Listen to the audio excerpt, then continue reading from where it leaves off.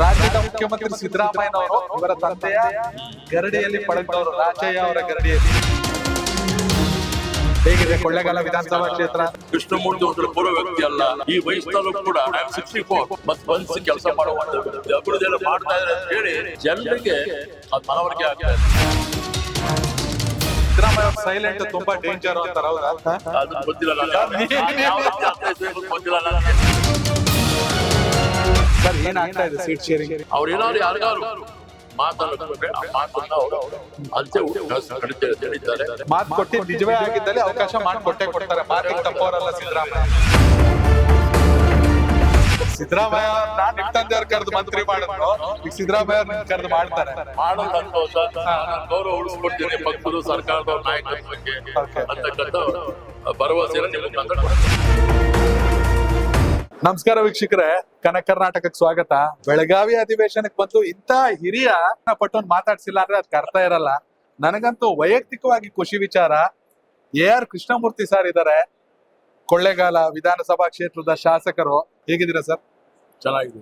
ಹೇಗಿದೆ ಕೊಳ್ಳೇಗಾಲ ವಿಧಾನಸಭಾ ಕ್ಷೇತ್ರ? Thank you so much. ನಮ್ದು ಬಹಳ 3 ತಾಲೂಕು ಒಳಪಟ್ಟಂತ ಕ್ಷೇತ್ರ. Okay okay. ಅಭಿವೃದ್ಧಿ ಕಾರ್ಯದಲ್ಲಿ ಕೆಲಸ ಕಾರ್ಯಗಳು ಆಗ್ತಾ ಇದೆ. ಮೊನ್ನೆ ಒಂದು ಕಾರ್ಯಕ್ರಮ ನೋಡಿದೆ ನಿಮ್ದು, OBC ಕಾರ್ಯಕ್ರಮ. ನೀವು ಅಂದ್ರೆ ಬಂಗಾರಪ್ಪ ಅವ್ರಿಗೆ ನೀವು ಕೊಟ್ಟಂತ ಗೌರವ. ರಾತ್ರೋರಾತ್ರಿ ನೀವು ಅಲ್ಲೋಗಿ ಬಂಗಾರಧಾಮ ನೋಡ್ಕೊಂಡು ವಾಪಸ್ ಬಂದು ನಿಮ್ ಕ್ಷೇತ್ರಕ್ಕೆ ಮಧು ಬಂಗಾರಪ್ಪ ಅವ್ರು ಕರ್ಕೊಂಡ್ ಬಂದಿದ್ರು. ಅವ್ರು ಹೇಳಿದ್ರು, ನಾನ್ ಬರ್ತಾ ಇರ್ಲಿಲ್ಲ, ಬರ್ದೇ ಇದ್ರೆ ತುಂಬಾ ದೊಡ್ಡ ತಪ್ಪಾಗ್ಬಿಡ್ತಿತ್ತು, ನಿಮ್ಮೆಲ್ಲರ ಪ್ರೀತಿ ಕಳ್ಕೊತಿದ್ದೆ ಅಂತ. ಹೇಗೆ ಎಷ್ಟು ವೆಲ್ ಆರ್ಗನೈಸ್ಡ್ ಆಗಿ ಅಷ್ಟು ಚೆನ್ನಾಗಿ ಮಾಡಿದ್ರಿ ಕಾರ್ಯಕ್ರಮನ? ಏನಾದ್ರು ಉದ್ದೇಶ? ಇಲ್ಲ, ಅದು ವಾಯ್ಸ್ ಆಫ್ OBC ಅಂತ ಹೇಳಿ ನೋಡಿ, ಇಲ್ಲೇ ಒಬ್ರು ನಮ್ಮ ರಾಜ್ಯದ OBC ಇವರು ಕೂಡ ಕಾರ್ಯಕ್ರಮ ರೂಪರೇಖೆಗಳು ಮಾಡಿದ್ರು. Okay.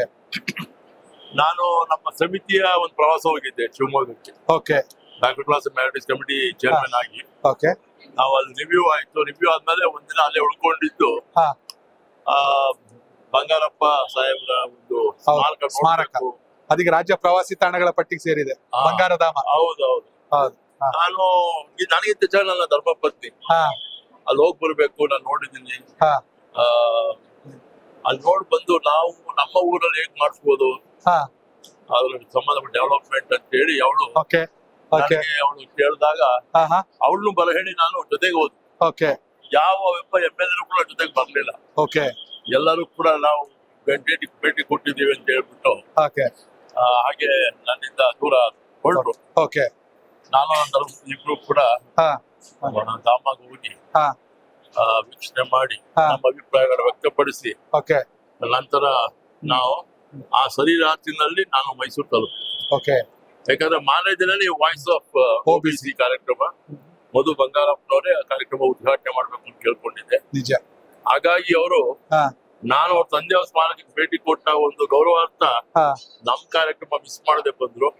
Mutual respect. It was a well organised OBC voice of OBC programme. ನಿಜ ನಿಜ. ಇಡೀ ರಾಜ್ಯದಲ್ಲಿ ಯಾವುದೇ ನಮ್ಮ ಕ್ಷೇತ್ರದ ಕಾರ್ಯಕ್ರಮಗಳನ್ನ ಆ ರೀತಿ ಆಯೋಜನೆ ಮಾಡಿಲ್ಲ ಅಂತಕ್ಕಂಥದ್ದು ಅವರು ವ್ಯಕ್ತಪಡಿಸ್ತಾರೆ. ಪಕ್ಷದ ಸಂಘಟನೆ ದೃಷ್ಟಿಯಿಂದ ಬಹಳಷ್ಟು ಅದರಿಂದ ನಮ್ಗೆ ಅನುಕೂಲ ಆಯ್ತು. ಬರೀ ಕರ್ನಾಟಕ ಅಷ್ಟೇ ಅಲ್ಲ, ಇಡೀ ದೇಶದಲ್ಲಿ ರಾಹುಲ್ ಗಾಂಧಿ ಅವರು ಕೂಡ ಇದೇ ಒಟ್ಟು ಮಾಡ್ಲಿಕ್ಕೆ ಹೊರಟಿದ್ದಾರೆ. OBC 53-54% ವೋಟ್ ಇದೆ. ಇಷ್ಟೆಲ್ಲದರ ನಡುವೆ 2.5 ವರ್ಷ ಆಯ್ತು. ಆರಂಭದಲ್ಲಿ ಗ್ಯಾರಂಟಿ ಸರ್ಕಾರ ಅಂದ್ರು ವಿರೋಧಿಗಳು, ಈಗ ಕುರ್ಚಿ ಕಾದಾಟ ಸರ್ಕಾರ ಅಂತಿದ್ದಾರೆ. ನಿಜಕ್ಕೂ ನಿಮ್ಮ ಕ್ಷೇತ್ರಕ್ಕೆ ಬರಬೇಕಾದ ಅನುದಾನ ಅಭಿವೃದ್ಧಿ ಕೆಲಸ ಆಗ್ತಿದ್ಯಾ? ಖಂಡಿತವೂ ಆಗ್ತಾ ಇದೆ. ಖಂಡಿತವೂ ಆಗ್ತಾ ಇದೆ. ಈಗ ಕಳೆದ ಬಾರಿ 13-18 ನಿಮ್ಗೆ ಗೊತ್ತಿರೋ ಹಾಗೆ ಭಾಗ್ಯಗಳ ಭಾಗ್ಯ ಕೊಟ್ಟವ್ರು ಯಾರು ಅಂದ್ರೆ ಸಿದ್ದರಾಮಯ್ಯ ದೇಶ ಕೊಂಡಾಡ್ತಾ ಇದೆ. ನಿಜ ನಿಜ. ಹಾಗೆ ಗ್ಯಾರಂಟಿ ಯೋಜನೆ ಕೂಡ ಅಧಿಕ ಅನುಷ್ಠಾನಗೊಂಡ ನಂತರ ಇವತ್ತು ಎಲ್ಲಾ ಧರ್ಮದ ಎಲ್ಲಾ ವರ್ಗದ ಸರ್ವ ಪಕ್ಷದವರು ಪಡ್ಕೋತಾ ಇದ್ದಾರೆ. ಆದ್ರೂ ಈ ವಿರೋಧ ಪಕ್ಷದವ್ರು ಟೀಕೆ ಮಾಡೋದು ಬಿಟ್ಟೇ ಇಲ್ಲ. ಆ ಭಾಗ್ಯಗಳ ಭಾಗ್ಯ ಅಥವಾ ಗ್ಯಾರಂಟಿ ಯೋಜನೆಗಳ ಫಲಗಳನ್ನೆಲ್ಲ ತಿರಸ್ಕರಿಸಿದಾರೆ ಅವರು? ತಿರಸ್ಕರಿಸಿಲ್ಲ. ಅವರ ಕುಟುಂಬಸ್ಥರು ಸ್ವಾಗತ ಮಾಡ್ತಿದ್ದಾರೆ. ಬಹಳಷ್ಟು ನಮ್ಗೆ ಅನುಕೂಲ ಆಗಿದೆ ಅಂತ ಹೇಳಿ. ಜೊತೆಗೆ ಸುಮಾರು ಸಾವಿರಾರು ಕೋಟಿಯನ್ನು ಕಾಯ್ದಿರಿಸಿಕೊಂಡು ಇತರ ಅಭಿವೃದ್ಧಿ ಕಾರ್ಯಗಳಿಗೆ ಇವತ್ತು ಮನೆ ಸಿದ್ದರಾಮಯ್ಯ ಸಾಹೇಬರು ನಮ್ಗೆ ಅನುದಾನವನ್ನು ಕೊಟ್ಟಿರ್ತಕ್ಕಂಥದ್ದು ಅಕ್ಷರಶಃ ಸತ್ಯ. ನಮ್ಮ ಕ್ಷೇತ್ರಗಳಲ್ಲಿ ಅನೇಕ 2.5 ವರ್ಷದಲ್ಲಿ ನಿಮ್ಗೆ ಎಷ್ಟು ಬಂತು ಸರ್ ಕೊಳ್ಳೇಗಾಲಕ್ಕೆ? ನಾನು ಲೆಕ್ಕ ಹಾಕಿದ್ರೆ ಕರೆಕ್ಟ್ ಆಗಿ ಹೇಳ್ತೀನಿ, ಲೆಕ್ಕ ಹಾಕಿಲ್ಲ ಹೇಳ್ಬೋದು. ಪರವಾಗಿಲ್ಲ ಅಂದಾಜಾಗಿ 500 ಕೋಟಿಯಷ್ಟು ನಮ್ಮ ಕ್ಷೇತ್ರಕ್ಕೆ 100 ಬೆಡ್ ಹಾಸ್ಪಿಟಲ್ ಆಗಿದೆ ಯಳಂದೂರು ತಾಲೂಕಿಗೆ. ಈಗ 250 ಬೆಡ್ ಹಾಸ್ಪಿಟಲ್ ಇವತ್ತು ಕ್ಯಾಬಿನೆಟ್ ಕ್ಲಿಯರ್ ಆಗುತ್ತೆ. ಆ ಕೊಳ್ಳೇಗಾಲ ಸಬ್ ಡಿವಿಷನ್ಗೆ, ಓಕೆ ನೀರಾವರಿಗೆ ಒಂದು 150 ಕೋಟಿ ಬಂದಿದೆ. ಕೊಳ್ಳೇಗಾಲ, ಅನೂರು, ಚಾಮರಾಜನಗರ ಸಂಬಂಧಪಟ್ಟಿದೆ. ಪ್ಲಸ್ 400 ಕೋಟಿ ಗುಂಡ್ಲುಪೇಟೆಗೆ ಬಂದಿದೆ. ಓಕೆ ಸೊ ಈಗ 650 ಕೋಟಿ ಅದೇ ಬಂದಿದೆ. ಅಲ್ವೇ? ಹಂಗಾರೆ ಪ್ರತಿಪಕ್ಷದವರು ಮಾಡ್ತಿರೋ ಆರೋಪ ಸುಳ್ಳು. ರಸ್ತೆಗಳ ಅಭಿವೃದ್ಧಿಗೆ ಸತೀಶ್ ಜಾರಕಿಹೊಳಿ ಅನುದಾನ ಕೊಟ್ಟಿದ್ದಾರೆ. ಸಮೀರ್ ಅಹಮದ್ ಅವರು ಮೈನಾರಿಟೀಸ್ ಅಭಿವೃದ್ಧಿ ದುಡ್ಡು ಕೊಟ್ಟಿದ್ದಾರೆ. ಓಕೆ OBC ದುಡ್ಡು ಕೊಟ್ಟಿದ್ದಾರೆ. ಓಕೆ SC/ST ಗೆ ಮಾದಕ ದುಡ್ಡು ಕೊಟ್ಟಿದ್ದಾರೆ. ಈಗ ಇವೆಲ್ಲ ಕ್ರೋಢೀಕರಿಸ್ಕೊಂಡ್ರೆ ಇವತ್ತು ಬಹಳಷ್ಟು ಅನುಕೂಲ. ಈಗ ನೋಡಿ, ಫಾರ್ ಎಕ್ಸಾಂಪಲ್ ಮಧು ಬಂಗಾರಪ್ಪನವರು ಓಕೆ ನಮ್ ಕ್ಷೇತ್ರಕ್ಕೆ 3 KPS ಶಾಲೆ ಕೊಟ್ಟಿದ್ರು. ವಂಡರ್ಫುಲ್ ಕಾನ್ಸೆಪ್ಟ್ ಅದು. 3. ಓಕೆ ಈಗ ನಾನು ಯಾವ ಊರಿಗೆ ಆಗ್ತಿದೆ ಸರ್? ಈಗ ಅಲ್ಲಿ ನಮ್ಗೆ ಮತ್ತೆ ಅಡಿಷನಲ್ ಕೇಳಿದೀನಿ ನಾನು. ಅಡಿಷನಲ್ ಕೇಳಿದೀನಿ. ಅವತ್ತು OBCಗೆ ನಮ್ ಕಾರ್ಯಕ್ರಮಕ್ಕೆ ಬಂದಾಗ ಅವರ ಕಾರ್ಯಕ್ರಮ ಮೆಚ್ಚಿ ಮತ್ತೆ 3 ಅಪ್ರೂವ್ ಮಾಡ್ತಾ ಇದ್ದಾರೆ. ಒಟ್ಟು 6 ನಮ್ಮ KPS ಶಾಲೆಗಳು ನಿಮ್ಮ ಕ್ಷೇತ್ರಕ್ಕೆ ಈ ತರ ಆ ಕಾರ್ಯಕ್ರಮಗಳು. ಮೈನಾರಿಟೀಸ್ ಮುರಾರ್ಜಿ ವಸತಿ ಶಾಲೆ ಮಾಡಿಸಿದೀವಿ. ಓಕೆ ಈಗ 2 ಹಿಂದೂಗಳು ಹಾಸ್ಟೆಲ್ ಬೇಕು ಅಂತ ಕೇಳ್ಕೊಂಡಿದೀನಿ. ಅದು ಕೂಡ ಓಕೆ ನಮ್ಮ ತಂಗಡಿಗೆ ಅವರು ಅವಕಾಶ ಮಾಡ್ಕೊಡ್ತೀವಿ ಅಂತ ಹೇಳಿದ್ದಾರೆ. ಈ ರೀತಿ ನಾವು ಅಂಕಿಅಂಶಗಳನ್ನ ಲೆಕ್ಕ ಹಾಕಿದ್ರೆ ನಿಜಕ್ಕೂ ಕೂಡ ಈ ಒಂದು ಗ್ಯಾರಂಟಿ ನಡುವೆ ಕೂಡ ನಮ್ಮ ಸರ್ಕಾರ ಅಷ್ಟೊಂದು ಅನುದಾನ ಕೊಟ್ಟಿರ್ತಕ್ಕಂಥದ್ದು, ಇದನ್ನ ಸಹಿಸಲಾದ ವಿರೋಧ ಪಕ್ಷ ಟೀಕೆಗಳನ್ನು ಮಾಡ್ತಾ ಇದೆ. ಮೊನ್ನೆ ಅಷ್ಟೇ ನಿಮ್ಮನ್ನ ತುಂಬಾ ಜನ ನೆನ್ಸ್ಕೊತಾ ಇದ್ರು ರಾಜ್ಯದಲ್ಲಿ. ಅದಕ್ಕೆ ಕಾರಣ ಮಾಲೂರು ಮತ ಎಣಿಕೆ. ಮಾಲೂರು ವಿಧಾನಸಭಾ ಕ್ಷೇತ್ರ ಕೋಲಾರದಲ್ಲಿ ನಿಮ್ಮದೇ ಕಾಂಗ್ರೆಸ್ ಶಾಸಕರು ನಂಜೇಗೌಡರು ಅಲ್ಲೂ ಮತ ಎಣಿಕೆ ಆದಾಗ ನಿಮ್ದು ಸಂತೆಮಾರ್ನಹಳ್ಳಿ ಚರ್ಚೆ ಆಯ್ತು. ಇದು ಒಂದ್ ಕಡೆ ವೀಕ್ಷಕರೇ ಎಲ್ಲಾರ್ಗೂ ಗೊತ್ತು AR ಕೃಷ್ಣಮೂರ್ತಿ ಸರ್ ಒಂದು ಹೋಟೆಲ್ ಸೋತಿದ್ರು ಅಂತ. ಆದ್ರೆ ಎಷ್ಟೋ ಜನಕ್ಕೆ ಗೊತ್ತಿಲ್ಲ. ನಾನು ಹೇಳ್ತೀನಿ, ರಾಜ್ಯದ ಮುಖ್ಯಮಂತ್ರಿ ಸಿದ್ದರಾಮಯ್ಯನವರು ಇವರ ತಂದೆಯ ಗರಡಿಯಲ್ಲಿ ಪಳಗಿದವರು. ರಾಜಯ್ಯ ಅವರ ಗರಡಿಯಲ್ಲಿ ರಾಜಯ್ಯ ಅವರು ಇವ್ರ ತಂದೆಯ ಶಿಷ್ಯ ಸಿದ್ದರಾಮಯ್ಯನವರಂದ್ರೂ ತಪ್ಪಾಗೋದಿಲ್ಲ. ಆದ್ರೆ ಇವರು ಸರಳತೆ ಅಷ್ಟು ದೊಡ್ಡದು. ಸರ್ ಏನಾಗ್ತಾ ಇದೆ ಸೀಟ್ ಶೇರಿಂಗ್ ವಿಷಯದಲ್ಲಿ ನನಗೇನಾದ್ರು ನಾನು because I was not there discussion. Okay high command ಚರ್ಚೆ ಸಂದರ್ಭದಲ್ಲಿ ಸಿದ್ದರಾಮಯ್ಯ ಮುಖ್ಯಮಂತ್ರಿ ಆಗ್ಬೇಕು, DK ಶಿವಕುಮಾರ್ ಮುಖ್ಯಮಂತ್ರಿ ಆಗ್ಬೇಕು ಸಂದರ್ಭ ನಾನು ಇಲ್ಲ. Okay after gap of 19 years I come back. ಹೌದು ಇಂಟು ದಿ ಹೌಸ್. ಹೌದು. ಸೊ ಆ ಸಂದರ್ಭದಿಂದ ಏನ್ ಚರ್ಚೆ ನಡೆದಿದೆ, ಏನ್ ತೀರ್ಮಾನ ಇದೆ ನನಗಂತೂ ಗೊತ್ತಿಲ್ಲ. ಎಲ್ಲರೂ ಒಗ್ಗಟ್ಟಾಗಿದ್ದಾರ? ಖಂಡಿತ ಒಗ್ಗಟ್ಟಾಗಿದೆ. ಮೊನ್ನೆ ನಮ್ಮಲ್ಲಿ CLP ಮೀಟಿಂಗ್ ನಡೀತು, ಶಾಸಕ ಪಕ್ಷ ಸಭೆ. ಎಲ್ಲೂ ಕೂಡ ಈ ವಿಚಾರದಲ್ಲಿ ಯಾವೊಬ್ಬ ಶಾಸಕರು ಕೂಡ ಅದ್ರ ಬಗ್ಗೆ ಚಕಾರ ನಿಜ. ಆತರ ಮಾಧ್ಯಮದಲ್ಲಿ ಬರ್ತಕ್ಕಂತ ವಿಚಾರಗಳನ್ನ ಗಮನಿಸಿದಾಗ ಇಲ್ಲಿ ಅವತ್ತು ಅಕಸ್ಮಾತ್ ಏನಾದ್ರು ಒಂದು ಮಾತು ಬಂದಿದ್ರೆ ಅದು ಬ್ಲಾಸ್ಟ್ ಆಗ್ತದೆ. ತುಂಬಾ ಜನ ಅನುಭವಿಗಳು ಹೇಳ್ತಾರೆ ಸಿದ್ದರಾಮಯ್ಯ ಅವರು ಸೈಲೆಂಟ್ ತುಂಬಾ ಡೇಂಜರ್ ಅಂತಾರ. ಹೌದಾ? ಅದು ಗೊತ್ತಿಲ್ಲ. ನಾನು ಯಾವ ರೀತಿ ಅರ್ಥೈಸಬೇಕು ಅಂತ ಗೊತ್ತಿಲ್ಲ ನನಗೆ. ಅವರು ಮಾತು ಕಮ್ಮಿ. ನಿಜ. ನಿಜಕ್ಕೂ ಕೂಡ ಎಲ್ಲವೂ ಕೂಡ ಆಲಿಸ್ತಾರೆ ಅವರು. ನಾನು ಗಮನಿಸಿದ್ದೀನಿ, ಎಲ್ಲವೂ ಕೂಡ ಆಲಿಸ್ತಾರೆ, ಅದಕ್ಕೆ ರಿಯಾಕ್ಟ್ ಮಾಡಲ್ಲ. ಬಟ್ ಸಂದರ್ಭ ಸನ್ನಿವೇಶ ಬಂದಾಗ ಅದಕ್ಕೆ ರಿಯಾಕ್ಟ್ ಮಾಡ್ತಾರೆ, ನಮ್ಗೆ ಸಹಾಯ ಮಾಡ್ತಾರೆ, ನಮ್ ಮಾರ್ಗದರ್ಶನ ಇರ್ತಾರೆ. ಅದು ನಾನು ಅವ್ರನ್ನ ನೋಡಿದ್ದೀನಿ. ನಿಮ್ಮ ಸಲಹೆಗಳನ್ನ ತಗೋತಾರೆ. ಈ ಯಡಿಯೂರಪ್ಪನವರು ಮತ್ತು ಸಿದ್ದರಾಮಯ್ಯನವರು ಇಬ್ರು ಕೂಡ ಅವ್ರೇನಾದ್ರು ಮಾತು ಕೊಟ್ರೆ ಆ ಮಾತನ್ನ ನಡ್ಕೊಳ್ತಕ್ಕಂಥ ವ್ಯಕ್ತಿಗಳು. ಹೌದು ಸರ್, ಹೌದು. ನಾನು ಗಮನಿಸಿರ್ತಕ್ಕಂಥದ್ದು. ನಾನು ದೇವೇಗೌಡ ಸಾಹೇಬ್ ಜೊತೆಗೂ ಇದ್ದೆ, JH ಪಟೇಲ್ ಸಾಹೇಬ್ ಜೊತೆಗೂ ಇದ್ದೆ, ಹಾಗೆ ಯಡಿಯೂರಪ್ಪ ಸಾಹೇಬ್ ಜೊತೆಗೆ ಇದ್ದೆ, ಈಗ ಸಿದ್ದರಾಮಯ್ಯ ಸಾಹೇಬ್ ಜೊತೆಗೆ ಇದ್ದೀನಿ. ಅವರಿಬ್ಬರ ನನ್ನ ಒಂದು ನಾಡಿ ಮಿಡಿತ ನಾನ್ ನೋಡಿದಾಗೆ ಅವ್ರೇನಾದ್ರು ಯಾರಿಗಾರು ಮಾತನ್ನ ಕೊಟ್ರೆ ಆ ಮಾತನ್ನ ಅವರು ಅಲ್ಸೆ ನಡೀತಾರೆ. ಅವ್ರಿಗೆ ಮಾತು ಕೊಟ್ಟಿರೋ ಅದಂತೆ ಅವ್ರಿಗೆ ಅವಕಾಶ ಮಾಡ್ಕೊಡ್ತಾರೆ.